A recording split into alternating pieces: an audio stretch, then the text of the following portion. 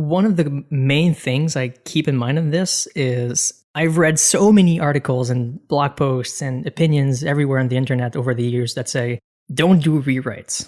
That's like the main takeaway to remember for all of those articles. And I want to be the person who does the opposite and says, rewrites are possible. You can do rewrites if you do them right.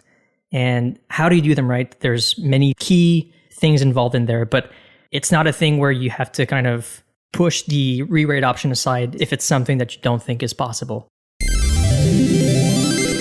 Bandwidth for Changelog is provided by Fastly. Learn more at fastly.com. We move fast and fix things here at Changelog because of Rollbar. Check them out at rollbar.com. And we're hosted on Linode Cloud servers. Head to linode.com/changelog. What up, friends? You might not be aware, but we've been partnered with Linode since 2016. That's a long time ago. Way back when we first launched our open source platform that you now see at changelog.com, Linode was there to help us, and we are so grateful.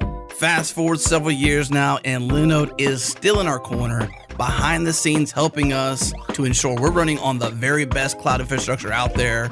We trust Linode. They keep it fast, and they keep it simple. Get $100 in free credit at linode.com/changelog. Again, $100 in free credit at linode.com/changelog.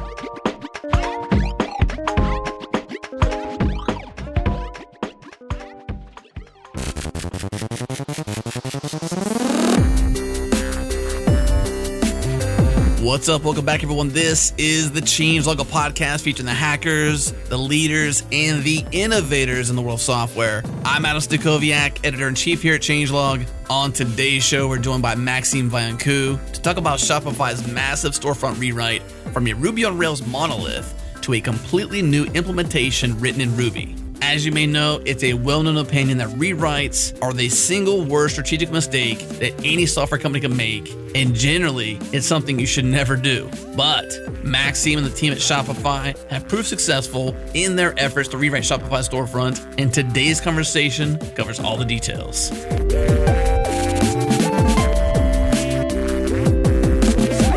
So Maxime, we teased this conversation when we had your colleague Simon Eskildsen on the show a few weeks back, episode 412.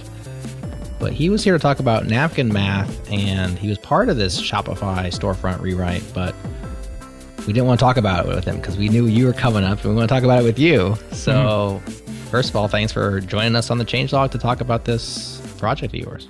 My pleasure. Thanks for the invite. So it's a big thing to rewrite anything, but especially something as big and powerful and successful as Shopify. I think the main piece of the news that people latched on to was the monolith versus microservices implications here, as Shopify has been a poster child of Rails monoliths at scale, right? Yep. And it's something that we're learning about every day, I think. The more we kind of figure out what should go in the monolith and what shouldn't. And that kind of led to the decision to split that specific domain into a separate application. Yeah, so maybe as we lay the foundation for this conversation, we're going to go through the decision-making process for the rewrite. We're going to go through the process of actually getting it done, because it was a couple-year endeavor, and at scale, you have to move slowly and carefully. And you guys built some really cool stuff with some Nginx Lua rewriting things to like make sure you're doing it right along the way. We're going to dive into those details. But first of all, lay the groundwork of like what the monolith looks like. Maybe before you started, what all is involved. People know Shopify as an e-commerce platform where people can run their own online shops. And so it's multi-tenant in that way. I assume a lot of our listeners know what Shopify is, but like, what does the monolith look like and what all is it doing? Right. So Shopify was started almost 15 years ago now. And this all started as a simple Rails application, the majestic monolith approach, where everything would be into that one application, which we're still using today, 15 years later. And that's the main place where most Shopify developers tend to ship code into. Of course, with scaling, you run into challenges with how you get to, handle multiple hundreds of developers working on the same platform, shipping that code base into at scale, but also dealing with what should go into monolith. And as we eventually ran into a point where it wasn't possible to use Rails as it is into its base form, we hit the limits of what we could do with basic Rails. So as you mentioned, Shopify is a multi-tenant application. So just dealing with the implications of that and making sure that there's no cross-tenant access for data, that sort of thing required some patches to the monolith. So the monolith is an application where most of the code is present in there. We're now splitting it into separate components so that we have business domain specific components in the monolith. And that makes it so that, for example, storefront and online store specifically was this own component where everything would be into that directory. So it kind of gives us a nice way to create these boundaries between the different components, and so that there's no cross component access, and hopefully eventually everything has this sort of interface between each component and there's no violation. There was one article on the Shopify engineering blog that we've just posted about this that explains how we're kind of starting to enforce more the boundaries between those components to make sure that we don't run into issues with different class names that don't make sense or that sort of stuff. So these are code boundaries, though. You're still inside of a process or inside of a code base. These are not services that talk over a network, correct? Right. Same process. Correct. So it's really more of a kind of a developer experience thing more than it is a topology thing for networking, for example. Okay. And so if we talk about the monolith's parts, we mentioned storefront. You can explain exactly what storefront is. Then there's the admin. If anybody's run a Shopify shop, they know what the admin is, at least to a certain degree. Surely there's more to it. There's the payment processing and the checkout part. So there are some logical sections. Am I missing any? I'm sure I'm missing some. I'm sure there's tons on the back end. Yes. What else is there? So there's a ton of them. Yeah, I mean, the big ones. So there's, of course, the billing stuff is in there. There's payment processing, as you mentioned. There's, of course, storefront. Everything that's about pricing, returns, that kind of stuff is all separated into its own components. And it typically lines up with a specific team owning that component to build it. So the way those components work is essentially a tiny Rails app within each component with its own app directory, tests, and everything that's kind of wrapped up into this one component. And online store is one of them for storefront specific stuff. Okay. So it's worth noting that the storefront, which is the topic of conversation here, has been rewritten with this strenuous process that we're going to go through here. It's still a Ruby app. Yes. Is it still a Rails app? Is it its own Rails app, or is it somehow different than that? So we started with a base Ruby application. We are using some parts of Rails, but not Rails itself directly. And the reason for that is the way that Shopify storefronts are implemented don't really line up with the CRUD pattern that typically a Rails app would use. So if you go on a Shopify storefront, you go on the index page, for example.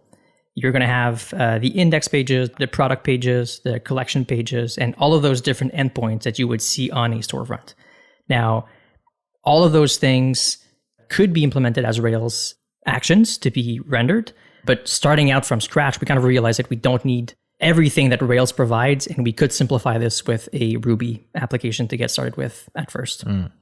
So the storefront is kind of a simplified part of a full stack insofar as it's, I'm assuming now, so correct me here, it's taken in a request, and then it's like basically once it determines which storefront it is, then it says, okay, get all of my templates, which are writable by the storefront owner, right? Like they're liquid templates by whoever owns that theme or whatever it happens to be. Grab those templates, grab all the data, merge them together and spit out some HTML. And like in the most simplified form is what it's trying to accomplish, right? That's exactly what it is. And because of that, the goal of that specific application is to do that really well, really quickly, and at scale. So because we don't necessarily want the same performance criteria that we would for the admin, for example, separating that application gives us a do one thing and do it well, kind of a Unix philosophy thing for that specific service to do. So what were the goals with the rewrite? You mentioned there was like 3 aspects that you wanted to accomplish by going through this process? Right. So, of course, success criteria. The first one was to make sure that we had the same features and the same behavior in the new one than we did with the older application. So by that, we say that for a given request, for the same input, if both are treated as black boxes, you get the same output, and they're just behaving the same way for whatever input you give them. That's where we use the verifier mechanism to make sure that for a given input, we get the same output, and make sure that we never serve something to buyers that is not equivalent and that's incorrect or invalid. The second one would be to improve performance, of course. So improving performance with the new application, we're able to really focus and drill down into the performance criteria that we've set for this application. But not only the application itself, in terms of infrastructure, we've kind of thought about what we want out of this in the next 10, 20, 30 years in terms of how we want to set up Shopify storefronts to scale with time. So for example, running on a active-active replication setup allows us to read data from different locations without needing to go all around the world if we don't have to. And thinking about how we write the code within the Ruby application is something that we're using different Ruby patterns that you usually wouldn't. So it's not really idiomatic Ruby. It's not really something that you kind of just write your pretty Ruby as you usually would. We are thinking about certain things that do have an impact on performance in the end. So something like thinking about the memory allocations underneath is something that I know I certainly didn't do before that project in Ruby, but now we think about those things to make sure that there isn't anything that we're basically make sure that we're doing the right thing for performance. And finally, the last one was to improve resilience and capacity. So Shopify has this major kind of like Super Bowl part of the year, which is Black Friday and Cyber Monday. Coming up. Yes, coming up. So in a month, roughly now, or even 2 months, I think. So end of November. So that's typically the place and time when we kind of figure out or find out if everything we did during the year was good enough. And so far it's been going well. This year is going to be the first year that we're powering most of the storefronts on the platform with that new implementation. So it's our first real kind of game day for us for actual big time events in the wild. And hopefully everything goes well. This may be famous last words, but hopefully everything goes very well and we're doing great. But that's the third goal of the application, to basically take what we had with the monolith and make it even better, because we're optimizing this exactly just for that one use case. So a big question that I would have at that point when you decide here are our goals, and they're around performance, they're around scalability, resiliency, and you're extracting this section which has, well, it's called a limited scope. I'm sure it's very complicated, but a limited scope logically is, did you consider other languages, other runtimes altogether? Yes, we did. The one thing that made us decide to keep using Ruby is, one, like all of Shopify is on Ruby. So in terms of developer knowledge transfer, that's the most accessible thing to do as an organization. Another thing is that the Liquid library that we're using to render storefronts is Ruby based. So keeping that runtime is something that at the very beginning of the project kind of made sense to get started with. And the other thing that we're now starting to see is we're just starting to explore alternative runtimes for Ruby. So Truffle Ruby is something we're trying to explore to see if that could help with performance in terms of storefront rendering. So it's not something that we've really wanted to move away from. We're committed to Ruby, committed to Rails, and that decision still makes sense today. Maybe eventually we'll start to think about a different runtime for this, but so far it's been working well for us. Well, the amount of stuff that you'd have to rewrite, like your rewrite is already hazardous enough, and we all know the treachery that is a big rewrite. This is a pretty substantial rewrite, and it took you 2 years, soup to nuts. You're not 100% on it, but you're getting close, right? Yep, correct. Yep. Imagine how much longer that would have been if you had to rewrite Liquid in a new language and rewrite. I'm sure you're pulling in lots of shared code throughout Shopify into the new storefront that you can just build on top of. It's like starting with a bunch of Lego blocks. If you had to switch languages altogether, you'd have to build each Lego block, and you may never finish. Exactly. And so I think in this sort of paradigm, extracting everything into this different application, I think is the first step. And once that's done, we're able to work with it and do something different eventually. But the first step, of course, is to take everything out and have this isolated thing that we can then play around with and experiment with. And it's so much easier to do that once you have that out of the, as a separate service that you can really have the smaller scope of, rather than trying to work with different languages into the monolith, which is, would definitely be a bit harder to do. Curious why the storefront was chosen, or maybe it was just your team's project. Are each part of this monolith going to get the similar treatment, or are they parallelizing that effort, or was it just storefront first and see what happens?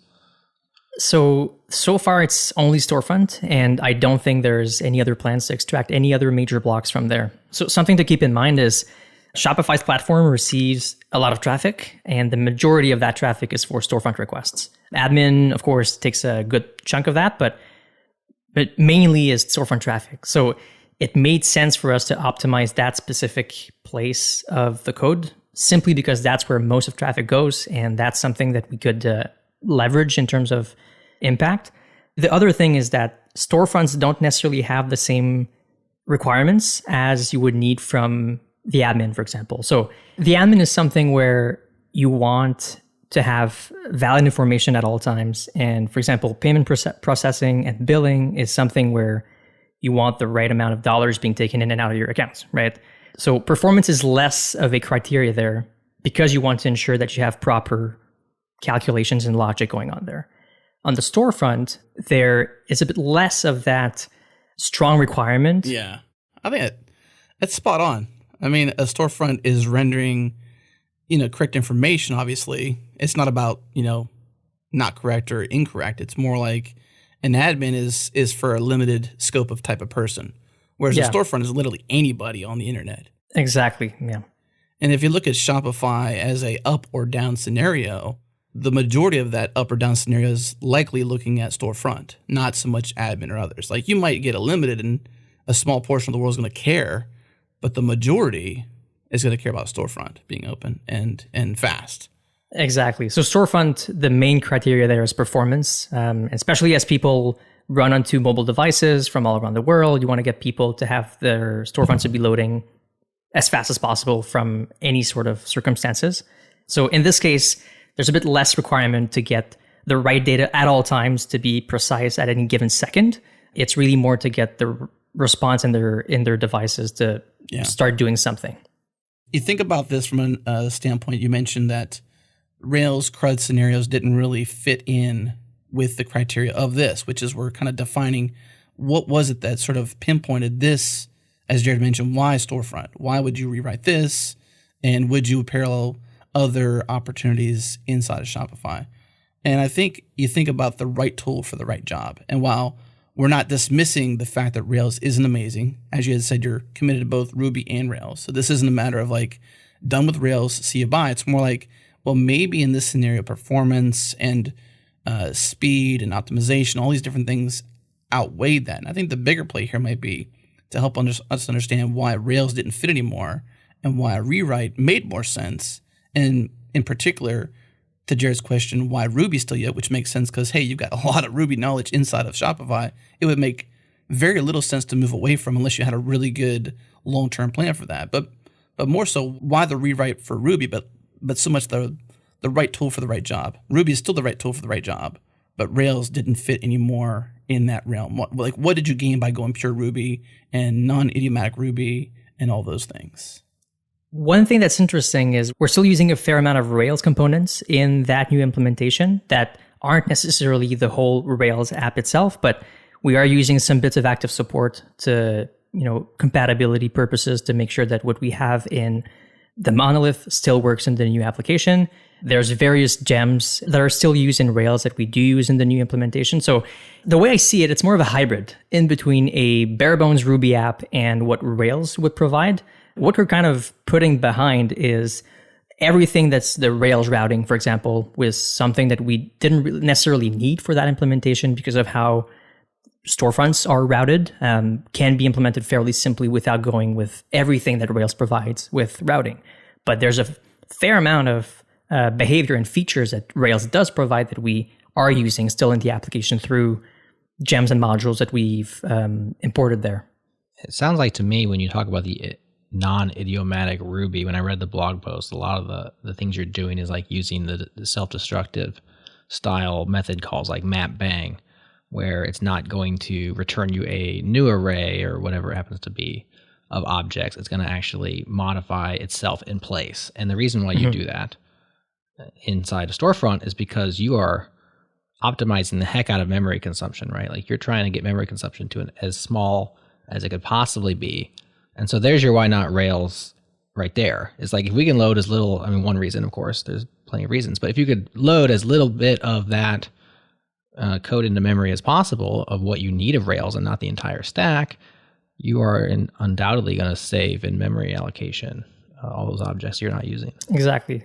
There was I think it was Sam Saffron from Discourse who posted a memory article, or it was an article about how Active Record takes so much memory, and I think he compared it to Simple SQL, or I don't remember the name. It's a library he wrote himself. I'm assuming it's a library where you're basically writing raw SQL with some help, I guess.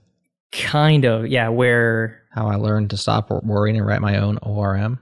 There's this one, but there's also an analysis of memory bloat in Active Record 5.2, which is a different one, which is interesting. And so that's a good example of memory usage that we've kind of skipped with the new implementation. And for example, because storefront is almost all of it is read traffic, there's no writes involved, there's no deletes involved, there's no updates involved. It's really, I have a request, generate a read response, and you just have to get data from the database and send it back. That sort of thing does not necessarily warrant using Active Record or anything that's heavier in terms of ORM to read data. Straight SQL kind of works to get the data out of there, and having access to that data directly through reads is enough. So in this case, it's a matter of reducing memory allocations to getting the garbage collector to run for either less time or less often, and that has a major impact on the response times that we're seeing. What was it that really drew you to this rewrite? Like, when did the warts begin to show, so to speak? Obviously, Rails has worked quite well for many years. You've IPO'd, you're worth lots of money in terms of a company, you're doing amazing. What were the main things that started to prop up that said, you know what, we really need to get this down? Was it simply speed and uptime? Was it memory? Was it servers falling over? Was it like servers on fire? What was it that really like struck this chord and said, we need to really fix this 2 years ago? I think it was a progressive pain point that kind of, it never was a big thing that kind of appeared in one night. It's just something that with time, we started to see performance slowly degrading with in terms of response times on the server. And eventually we kind of had to do something about it to improve things. And interesting story is the initial commits for that applications were Toby himself, who took it upon himself to start something and as a prototype, get something up and running and make it as lean as possible to get started. And then eventually that became a team and we picked it up and that became the project that we're working on. But there never was really one thing that kind of said, okay, that's it, we're doing this thing now. It was a slow process that eventually kind of arrived at the conclusion that we had to do something. Why not try something that's a bit different than what we would usually do? And let's see where this goes, where this leads. And that's where we are now. And we kind of realized that the approach made sense and we kind of went along with it. And we're still there now. That makes sense too, why you mentioned the black box approach in terms of one of the success criteria, meaning that feature parity. Obviously, if you're going to replace something, you want to be replacing it as equally as possible so that as you begin to switch over, they act very similar. So not only similar, but also ideally byte equal. So we want the exact same responses to be returned. Similar is too vague then. Identical. It is, yeah, but it depends. It depends. So that's a good question. In some cases, we had to ignore certain things to go closer to what you're saying, closer to equivalent rather than byte equal. So one example of that is, and that's something that's in the blog post, when we do the verification request to send the initial request to both backends to see if the output is equivalent or ideally the same, what would sometimes happen is on some storefronts, you can try to render some random values, and those values may change on a render by render basis. So if I try to do a request to one of the applications and then I do the same to the other application, but both use different random values, that's not going to be byte equal. And because of that, then to us, that would be a verification failure and would be, hey, those two applications are not doing the same thing. There's an issue. What's wrong? But then looking into those, we realized that it wasn't really an issue. It's more of the output was using something that relied on either time or randomness-based values. And because of that, that's something we have to ignore and say, look, that's a false negative. We have to just accept it and it's fine and move on to real issues.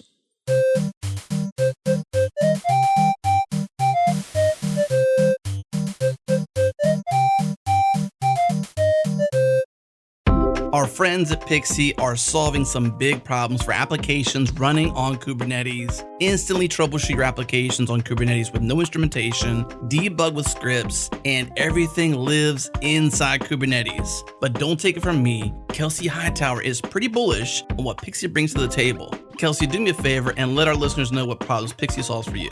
Yeah, I did this keynote at KubeCon where we talked about this path to serverless. And the whole serverless movement is really about making our applications simpler, removing the boilerplate, and pushing it down into the platform. Now, one of the most kind of prevalent platforms today is Kubernetes. Works on-prem, works on your laptop, works in the cloud, but it has this missing piece around data and observability. And this is where Pixie comes in to make that platform even better. So the more features we can get from our platform, things like instrumentation, ad hoc debugging, auto telemetry, I can keep all of that logic out of my code base and keep my app super simple. The simpler the app is, the easier it is to maintain. Well said. Thanks, Kelsey. Well, Pixie is in private beta right now, but I'm here to tell you that you're invited to their launch event on October 8th, along with Kelsey, where they'll announce and demo what they're doing with Pixie. Check the show notes for a link to the event and the repo on GitHub, or head to pixielabs.ai to learn more. Once again, pixielabs.ai.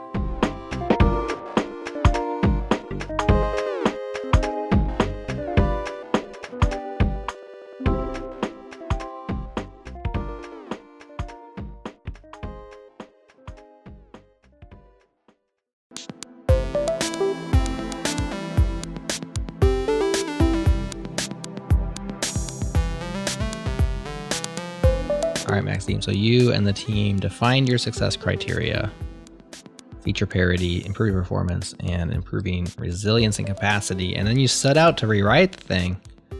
You had to somehow have some guide rails to know whether or not you were totally screwing up or not. We've talked about it a little bit, but guide us through the whole process. This has taken a while, and you had to invent a few tricks and tech just to help you get this rewrite written and deployed out into the greater Shopify ecosystem. So tell us how you tackled this problem. So the initial vision around this was to, of course, when you're starting from scratch, there's always like a transitional period where you don't have anything, and up to a certain point, you don't have anything working well enough to say, we have something that's equivalent to the previous implementation. So that whole starting phase of the project is very much exploratory, and you don't really know if what you're doing works. To reduce the risk of that, we've implemented what we call a verifier mechanism. So what that allows us to do is to compare real-world production data and see if what we're doing is close to our reference baseline, which is a monolith in this case. So the previous implementation lived in the monolith. We wanted to make sure that what we're doing in the new service is doing the equivalent behavior or the equivalent output in terms of what it does.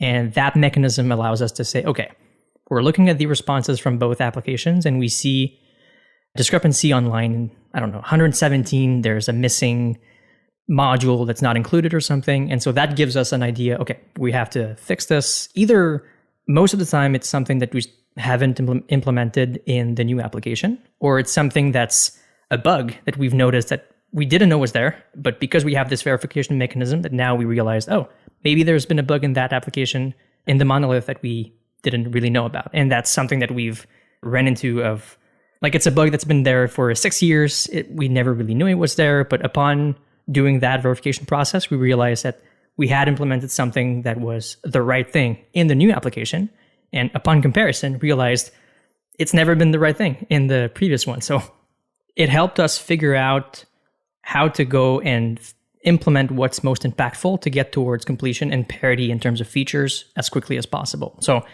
that's why at first, when we first started the project, we started to look at a single shop to say, okay, that's the one shop we want to try to support and target for the release of that new thing.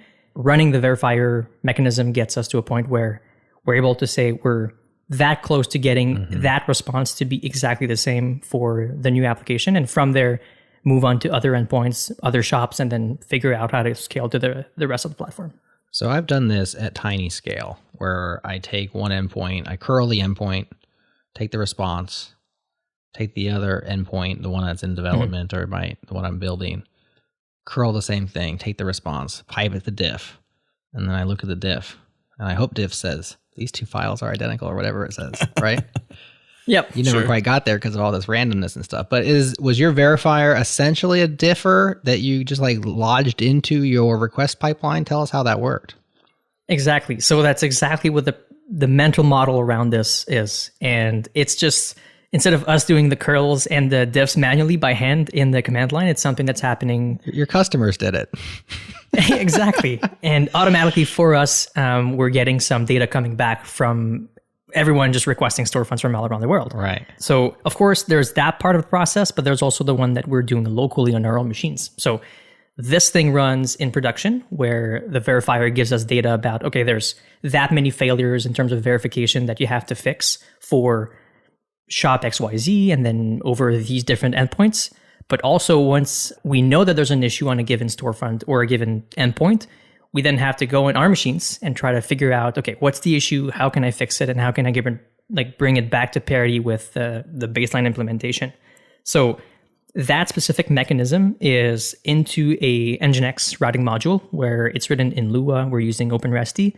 And what it essentially does is at the very beginning of the project, all storefront traffic was going to the monolith for storefront traffic. Nothing was really going to the new implementation as we were just getting started. The nice thing about that is for every, I don't remember exactly what sampling rate we had, but for example, something like for 1 in every 1,000 requests that are coming into Shopify for storefronts, take it, but also do the request to the new implementation and compare the output of those two requests, do a diff on them, and then upload whatever diff results happen to an external store so we can look at them later and see what was the issue. So that helped us figure out that certain shops have more diffs than others, certain endpoints have more diffs than others, but also seeing the traffic patterns of where we should try to tackle at first was a super nice signal for us to say, okay, there's that many failures there. Let's try to do this one first to get as much impact as we can there, and then move on to the other ones eventually. What kind of diffs are we talking about here? Like what kind of non-parity? What's an extreme example and maybe a non-extreme example of a diff gone wrong? Let's just say. I could talk about this for hours. So one of the most extreme examples is you try to open the page. So I'm talking about a buyer's perspective. You open up a storefront and assuming that the new implementation was going to render that page, all you would see is a blank page, nothing else. And that's one of the most extreme examples where you're like, okay, this cannot go out in production, right? And one of the reasons behind that could be a missing head tag. For whatever reason, there's a missing thing that just the page does not work at all.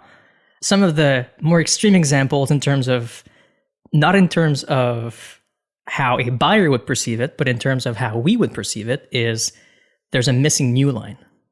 But that's it. There's just one missing new line somewhere. For some reason, we're not returning the same string for whatever method. And the verifier screams, hey, that's not the same thing. There's a missing new line there, which is not in the old one. And that's something that we have to deal with. So of course, all of those non-problematic issues we were seeing, we started to say, oh, that's not actually an issue. We can just ignore that away and say, that new line is not really a problem, or fix it, of course. But there's some cases where there's issues that we realize, just like the time-based and the randomness-based issues, that we didn't really want to block us as we started to get more and more support for certain requests. And we were able to say, okay, well, these patterns that look like this, for example, if there's a timestamp in the responses, we can just ignore that away. If there's a script ID that's being generated by the script or something, ignore that away. And then as more patterns started to come up, we came up with a pool of patterns that we knew weren't problematic. And knowing those, we were able to focus on the actual issues. Let's talk about that then, because I mean, this isn't like a typical error tracker that you're doing. Like, this is parity. And I'm curious how you log these things. How do you keep track of and organize this so not only you, but others can, triage this and say, okay, these are the ones we should pay attention to. These are the ones we shouldn't. So like, it's probably not your typical bug tracker that's doing this for you, or maybe it is. I don't know. How did you log these things and then organize them? Great question. And it actually ties into how would you do this? So assuming I'm asking you the question, you have to do this project where you implement this new thing and you have 1 million merchants on your platform that are using so many storefronts on the platform, you have to get parity for all of them. Do you go with a breadth first approach where you try to support as many shops as you can for, say, a single endpoint, like all index pages, and you support all index pages across all of the merchants? Or you try to go for a single merchant and cover everything for that single merchant, but maybe that merchant has some features that the other merchant does not use, and you have to think about, well, maybe I should consider other merchants first. Should I consider the bigger merchants, the smaller merchants, because there's more people? Do I want to look at it as a theme-based approach? Because usually there's going to be a mass amount of shops that use the same theme. Different ways of looking at this. And in this case, it kind of ended up being a thing where we started with a handful of shops at first that were the most, I guess I could say, problematic shops in terms of performance, where they would cause a high amount of load on the platform because of their storefront traffic. And from there, getting the diffs from them to fix them eventually. But there are two ways of seeing this. So it's either breadth first or depth first. So to analyze the actual diffs that we see in terms of parity, we upload that to cloud storage, where all the diffs are kind of aggregated, and later on we can figure out how those are. And then the other side of this is that we keep track of where the diffs happen in terms of, is it shop X, Y, Z? Is it endpoint ABC? And based on that, we can run through our logging pipeline to see where do most of the issues happen. Is it on that shop? Is it on that endpoint? And that gives us an idea of what we should try to tackle at first. So on Splunk, we have so many dashboards that are just trying to figure out, you should look at this first because this is where most of the issues are happening. Datadog is also giving us a bunch of information in terms of where we should focus on first.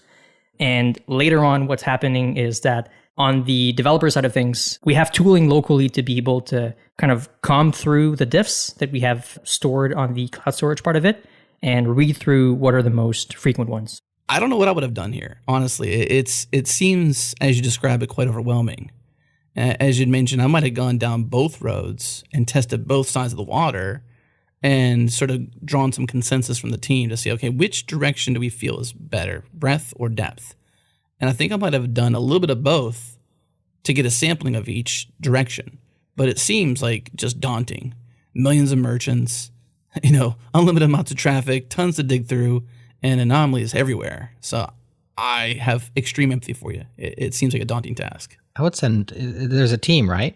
So yeah, it's not just me. Of course, we're a team of... Of course, yeah. I mean, the proverbial you, meaning like you many. So then you divide and conquer, right? So like you send one team depth and one team breadth, and then you meet in the middle. That's like when you're... Interesting. Yeah, that's something we did try to do. So some people were focusing on a single shop while others were trying to cover as many shops as possible. And I think what eventually happened is, when you look at things, you have to do everything at some point anyway. So right, you're going to have to go through both paths, kind of as a balance, try to do both at the same time. And eventually you'll reach a critical mass of supported requests from where you can kind of move on to go into the more specialized things for depth. So this is my kind of problem, by the way. I'm a completionist. I love this kind of problem. Here's a big goal, right? We know what the end looks like. It's called 100%. We're not there yet. We know we're at 32% or whatever your numbers indicate.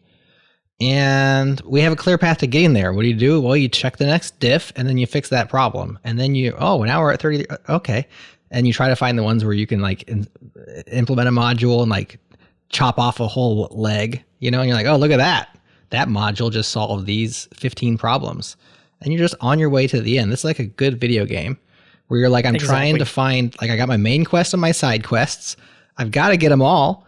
So let's just start hacking away and making some progress. I would enjoy this. And I'm sure you get down in the mucky muck and you're like, oh, these new lines are killing me, Yeah, very much. Yeah, but still, I'm sure there are those huge wins where you just slice off one big chunk and you see all these different stores go to parity. It has to be pretty cool. And that's super interesting you say that. So the percentage-based thing, we do have that. We have a dashboard that says this is the current support we have. We're going towards 100%. And one of the funnier moments during this project where at the very beginning, it was easier, I think, than it is now because we're running into this, we're seeing diminishing returns now because it's more edge cases and we're trying to fix all the tiny small things that are left to be fixed. Right. But in the very beginning of the project, every single PR could potentially unlock so many more shops and so many more endpoints. So on every deploy, we kind of look at that percentage metric and say, how much is my PR going to do there? Yeah. Is it going to bump by 0.5%? Is it going to be 1%? Like 2%? That would be amazing. So that kind of gamification of the thing also made it fun and helped us run towards 100%. So 2 questions about Monolith in the meantime. The first one is, and maybe I guess they are related. So was Monolith a moving target or is it pretty static in its output? Like as you build it, because it takes a couple of years, were there changes going into the Monolith storefront so you had to play catch up? We did. And that sucks. So play catch up for different things, right? So you have to play catch up with internal changes in terms of other developers working on the monolith and us trying to catch up with that. There's also catching up in terms of what merchants do. So if merchants start using a given feature that we just do not support in the new application yet, then that's another source of potential catching up we have to do. So you could go backward. You could wake up in the morning, you were at 33%, now you're at 28% because somebody used a new feature. Exactly. That's happened multiple times where you go out in the evening, you're like, oh, yeah, nice. We're at like 37%. And then the next morning was something like 17%. We didn't do anything. What happened, right? Or you go to lunch and you're like, we left for lunch at 32%. We came back at 20. What happened here? No, that's demoralizing. Exactly. So that sort of thing was one of the harder parts. Of course, you have to deal with how do you get people to onboard your new project, to get them to help and support that new project, as well as you trying to get them to work on it. So eventually I decided to make it kind of my quest to make it as easy as possible for others to start contributing to that project by making the documentation amazing, as welcoming as possible, to reduce the friction, and to basically get people to say, hey, look, it looks more exciting to work on that new thing than it is to work on what I'm currently doing. So in that approach, people started eventually to come onto the project and on their own kind of contribute to the new thing rather than only keep working on the previous implementation. So that's something that really helped. I think in terms of how we drew the line was, if it's something that was already in the monolith by the time we started the project, that's something that we would have to take on ourselves, the team working on the rewrite. If, however, it's something that's not in the monolith yet, it's not anywhere, it's a new project, then that team should be able to consider both projects because they know it exists, they know they have to build for the future and make it into the new application as well. And that's how we kind of got that line drawn to say who's handling what. And eventually we kind of reached a point in the project where most people were also writing that code in the new application. So like they knew they had to do it to be future proof. Mm-hmm.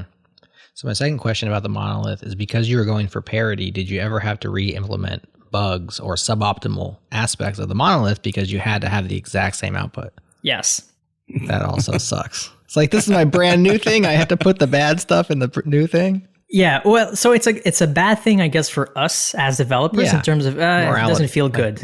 Demoralizing. But in terms of how a buyer or a merchant would see it, people using Shopify, to them, that's good. Right. So one of the goals we have is to basically make it so that for storefront, specifically for online store, if you have a theme archive that you have from 8 years ago, for example, and you try to upload that today, it should work the same way it did 8 years ago. We try to be as backwards compatible as possible. So of course, if there's something that was introduced 8 years ago, we have to make sure that's still there. And the other thing is, Liquid, the gem that we use for and that we built and we use for storefront templates, is almost Turing complete. So the possibilities of what Liquid can do is almost infinite. So there's features that we shipped at some point that kind of became used in ways that we did not expect and that we did not really think about, that we still have to support today. Even though that's not what we want it to be used for, we have to keep it this way. So, of course, we had to port some bugs that unfortunately are kind of, it doesn't feel good, but for the people using that, it's I think a service to them to say, look, your thing you had from a few years ago still works today, and there's no breaking change in there.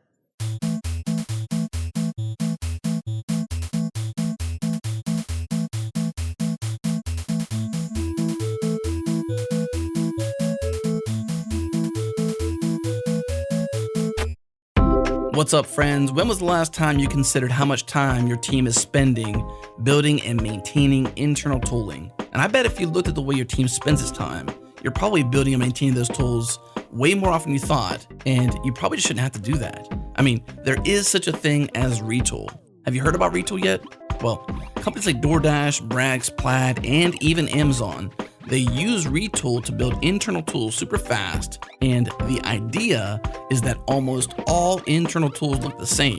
They're made up of tables, drop-downs, buttons, text inputs, search, and all this is very similar. And retool gives you a point, click, drag and drop interface that makes it super simple to build internal UIs like that in hours, not days. So stop wasting your time and use retool.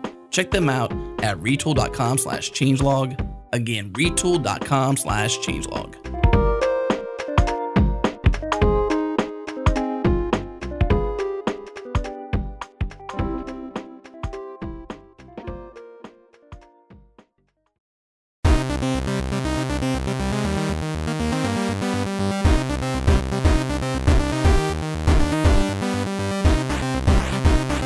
So Max, over the process of the rewrite, you have this verifier in place. It's getting some traffic to it via the Nginx routing module, but this is for your learning, right? So it's still going to the main monolith.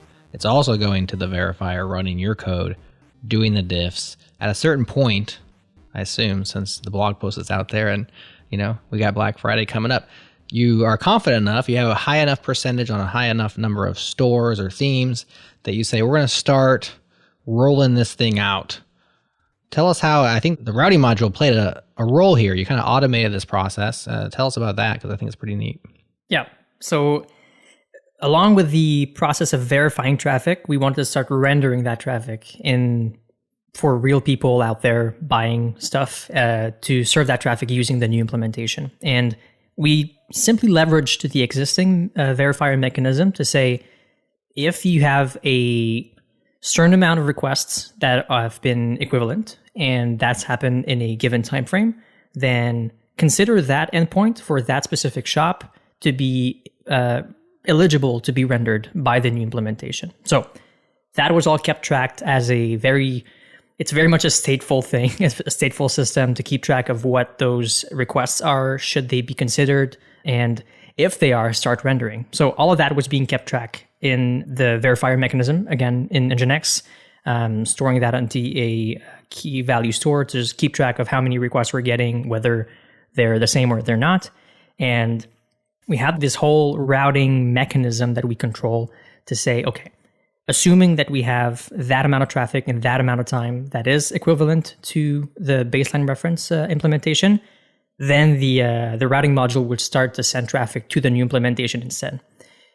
From there came the need to do some verifications as well against the monolith this time. So because we now start to route traffic to the new implementation, you also want to make sure that what you're doing is still valid. So you're not just sending traffic to the other place and saying, okay, we're done. We're just moving on to the other thing. You want to keep making sure that what you're doing is still valid. So we keep verifying traffic, kind of reverse verification, where you're doing the verification usually from the monolith to the other one. Now you're doing the opposite because you're serving traffic from the other application.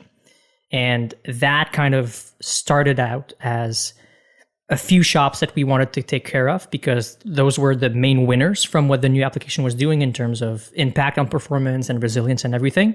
And once we started to gain confidence, I think that's when we kind of opened up we pressed on the throttle and just moved it up to a lot more shops to say, okay, that mechanism works. We're seeing that it scales. We're comfortable with opening it up to more merchants. And that's where we kind of reached the critical mass of serving the traffic for more merchants on that new implementation. So it's shop by shop. It is shop by shop, also split up by endpoint itself. So for a single shop, we're not necessarily rendering the entire shop with the new implementation. We're maybe rendering half of that storefront's endpoints with the new one and still the other half with the old one. That should not change anything for the people browsing that storefront. To them, it's really the same thing. We're just maybe a bit faster depending on what endpoint they're on. How long do you keep that up in terms of this reverse parity? Because kind of going back to the last segment when you mentioned you're enticing people to write new features in, monolith and new application. And I suppose to kind of keep this reverse parity, at some point you got to keep the same, I guess, features in both code bases. So do you sort of like reverse the idea of like, okay, we're going to build a new, but also we're going to build an old too for a certain period to kind of keep that? Is that what you've done, or did that force you to do that to kind of keep that overlap in terms of parity over time? Pretty much. And that's, I think, one of the main challenges in terms of if I'm a developer at Shopify that has to ship something for a specific period of time, you had to write the thing in both applications, which is not ideal. There's additional work pressure added onto this. And the goal was to make that period as short as possible. Yeah. So now our focus is really on removing the old code from the monolith to say, okay, well, there's only one canonical source of truth now. That's a new implementation. This is where the code should be going. And reducing that period of time where there's two implementations going on. How long will that be then, you think? What's your anticipation for that overlap? It's been interesting because of the way we kind of advertise the project internally. There's a bit of time where it was more considered as an experiment, and we didn't really want to go and shout off rooftops to say, hey, there's this new thing. It was more of a thing where we're kind of internally experimenting with something, seeing if it works. And there was a point eventually we realized, okay, this is going to be the future of storefront at Shopify internally, and this is how we should be doing things.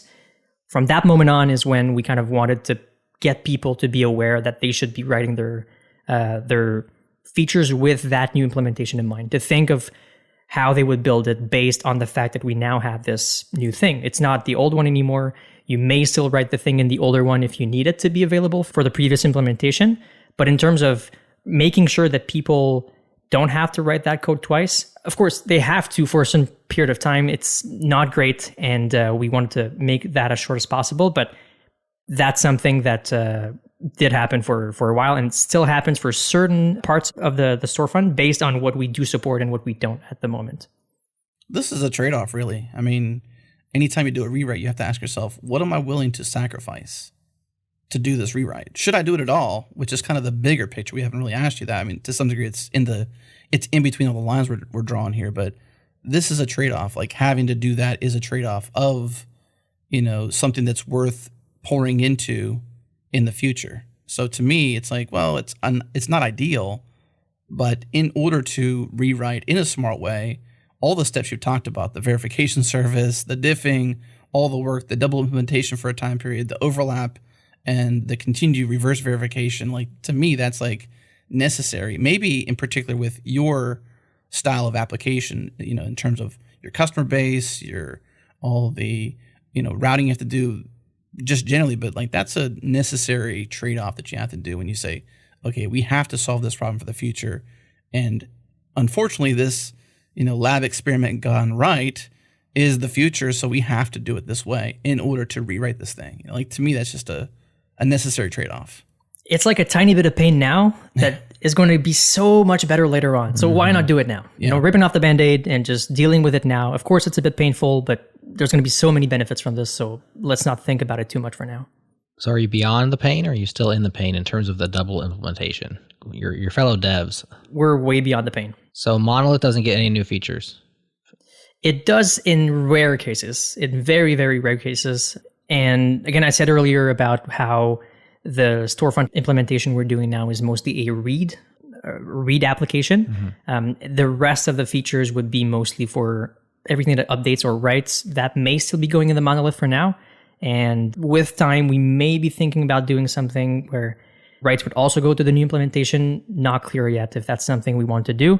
But at the moment, we're really focusing on getting those reads served by the new implementation. So here you are, you've ripped out the Band-Aid.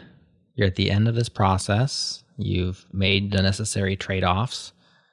Was it all worth it? Would you do it again? Or what are the wins? What are the takeaways from Shopify and your team?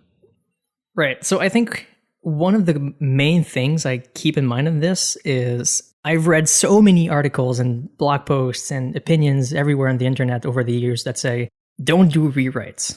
That's like the main takeaway to remember for all of those articles. And I want to be the person who does the opposite and says, rewrites are possible. You can do rewrites if you do them right. And how do you do them right? There's many key things involved in there, but it's not a thing where you have to kind of push the rewrite option aside if it's something that you don't think is possible. The main thing, of course, I think is communicating early and often with the people that are involved into that process. So getting the right, of course, in the example of Shopify developers, it's getting them aware that there's going to be this new application that's coming out that you have to think about in terms of when your features and your roadmaps and everything have to be aware of that new application. And one mistake I did myself was trying to send an email at some point to say, hey, this is the new implementation of how storefronts work. One email is not going to cut it.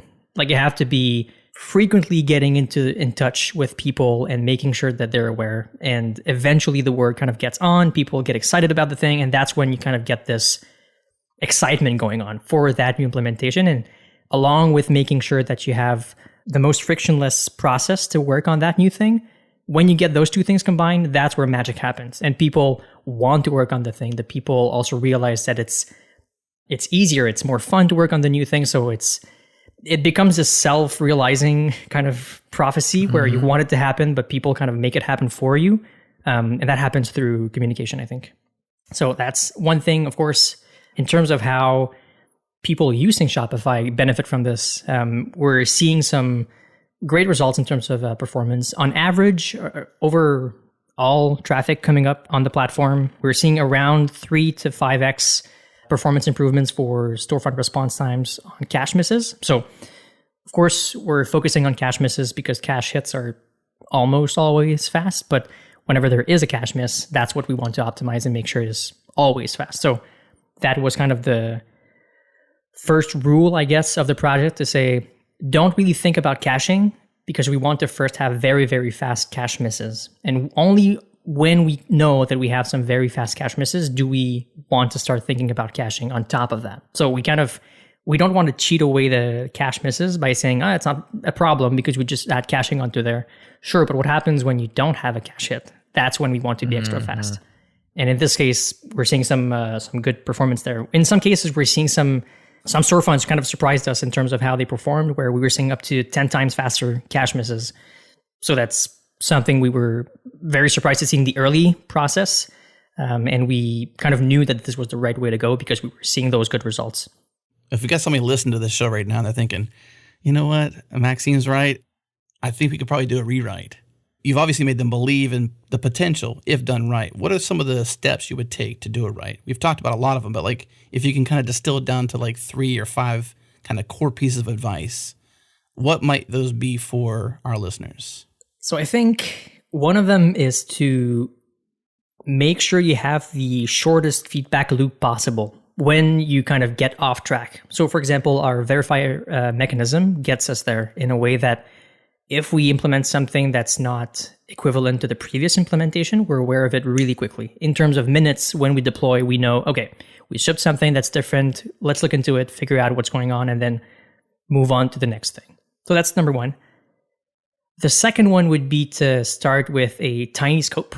Just scope it down to a small thing that kind of validates the approach to say, is this something we even want to go down? Is this a road we even want to go down towards? Or is it not something that's realistic?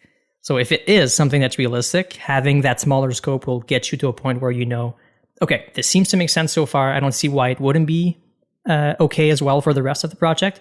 Let's make it happen. So that is the second one.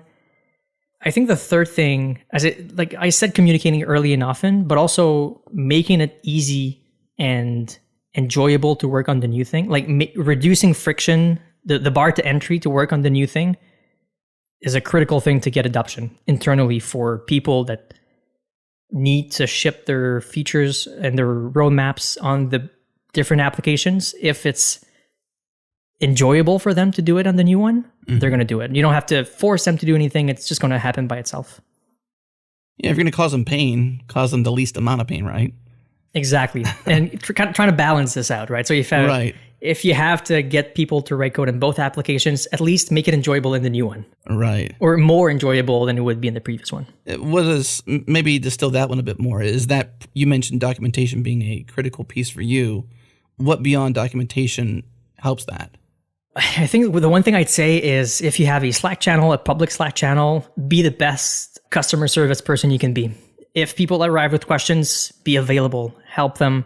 They are the people that are eventually going to make that a success or not. You are kind of the messenger to say, hey, we have this new thing we're trying to build. Can you help us? And if they are there and they receive the help, that's going to help tremendously to get everyone on board. And because that person that receives the help is going to talk to the project, to their own team. And the team will eventually get to that point where, because someone on their team is familiar with it, they kind of become that expert on the team. And the word spreads. So helping people, creating this kind of expert network within the company that are aware of your app and they're excited about it, kind of share the word for you. So helping people, I think, would be the best thing. And being a good customer service person to just get them closer to what they need to achieve. One reason that a big rewrite is scary is because it's difficult or even impossible to bind your risk, right? It's unbound risk. And there's steps you can take to fix that. You guys had very clear goals. I think that was one of the reasons you succeeded. And you had a way of measuring that as you went. So like that's clear and awesome. Were there any failure mechanisms like kill switch? We're not going to make it. This is not good, because you said it was an experiment, but the other thing is you can say is like, well, what would failure look like? Obviously you succeeded, but did you have failure thresholds where it's like, you know what, we're going to abandon this and go back to the monolith or try something totally else new? Or were those things not thought about? No, they definitely were. Internally, we call those tripwires. So eventually you get to a point where you have to figure those out. If you don't, you'll just keep going and you're going to get yourself deeper and deeper into the problem. So figuring out what those tripwires are, at what point you're comfortable with those tripwires and saying, okay, we're just getting too deep now. And now we have to come back and go to something else. That's something we did. So for example, some of them we talked a bit about, how we get some catching up to do with internal changes. That's one of the tripwires. If we're not able to catch up in time with whatever's being changed in the internal monolith, that's something we have to be careful with. If it's something about by rolling out the application, for example, in production, if we're causing some incidents in production, that's a tripwire. Because if the monolith is not doing that and we are, then potentially we're not ready to go in production, and we have to be careful with that. So there's multiple tripwires we set to make sure that this did not happen. And thankfully, we didn't hit those. We didn't hit them too often to say, okay, it's a problem we should look into and maybe reconsider the entire approach. So in this case, figuring out those tripwires way before you get into a point where you want to roll out is critical to make sure you're doing the right thing. Yeah. I like the word tripwire. Mm-hmm. That's a very good, concise word for exactly what it means in this case. Is there anything else we haven't asked you that you're like, man, I want to talk about this before we tail out? We're at that point. So what else you got? One experience that was quite interesting to me personally was when we started the project, we were around 4 or 5 people. And that's in the first few months. We start to get progress. We eventually realize that we're getting closer to rendering certain pages for certain merchants. And that's only internally. We're not in production yet. And at some point, we get a request to showcase it to everyone, all developers and everyone at Shopify internally during our Friday town hall meeting. So everyone's kind of watching this. We're kind of sharing context and everything. And this is streamed to all employees at Shopify. So the one thing we did was to have a simple web page that shows you the same page being rendered by the monolith and then by the new implementation we're doing. So side by side, 2 iframes just requesting the same page and seeing which one's faster. And when that thing ran and during the live stream, when we showed it up, the new implementation was way faster than the new one. And I think that's when it clicked into my head and in many people's heads, okay, this is the right path forward. They're doing the right work and we have to continue doing this thing. So from that moment on, I think there was it was kind of a turning point in the heads of developers working on this to say, this is the thing we're now focusing on in terms of the future to make sure this happens. That's awesome. I can imagine that feeling because you weren't expecting that call like, hey, can you demo this to everybody? Yeah, we weren't. Were you like about to throw up? Were you antsy? Were you like... So, like, of course, we had tried it before a few times to make sure it was okay. Sure. But seeing the real thing in like the live demo of clicking the button and both pages come up, seeing the new implementation coming up way faster was like, oh, okay, good. We're in a good place. We're going to be fine, and we can keep working on the next endpoints to make sure that we're doing this for everyone on Shopify. That's a cool story. I'm glad you shared that. And congratulations to you and the rest of the team making this happen. I mean, I know this has been a multi-year road with many facets, opportunities for tripwires. Obviously, we hit success, which is great. You're at plus 90% parity right now, on your way to still to 100, right? Is that still the case based on your blog post, or are you closer to 100 now? We're getting towards 100. Exact numbers vary by the day, again, because we're catching up with certain things and there's external circumstances, but we're getting very, very close to 100%. The majority of traffic is being served by that new implementation now. So it's really a matter of fixing the last few diffs and figuring out, how can we get to that place faster? Of course, you have, like you said earlier, Jared, it's a game where you have to pick up the issues one by one and just fix them until you get to a point where everything's fine. But yeah, massive team effort to get there. A lot of infrastructure work, a lot of parity diff fixing issues, a lot of external communications as well with the merchants. Like it's a Shopify wide initiative, and seeing the thing take off and work is super rewarding in the end. Well, we've appreciated this conversation, and thank you so much for sharing this story with Jared and I and the rest of the audience here on Changelog. Thanks so much for everything. It was very fun. Thank you.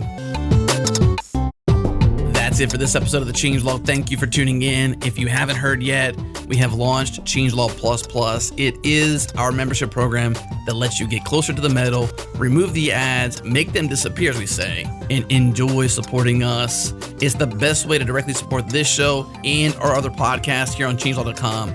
And if you've never been to changelog.com, you should go there now. Again, join Changelog Plus to directly support our work and make the ads disappear. Check it out at changelog.com/plus. Of course, huge thanks to our partners who get it, Fastly, Linode, and Rollbar. Also, thanks to Breakmaster Cylinder for making all of our beats. And thank you to you for listening. We appreciate you.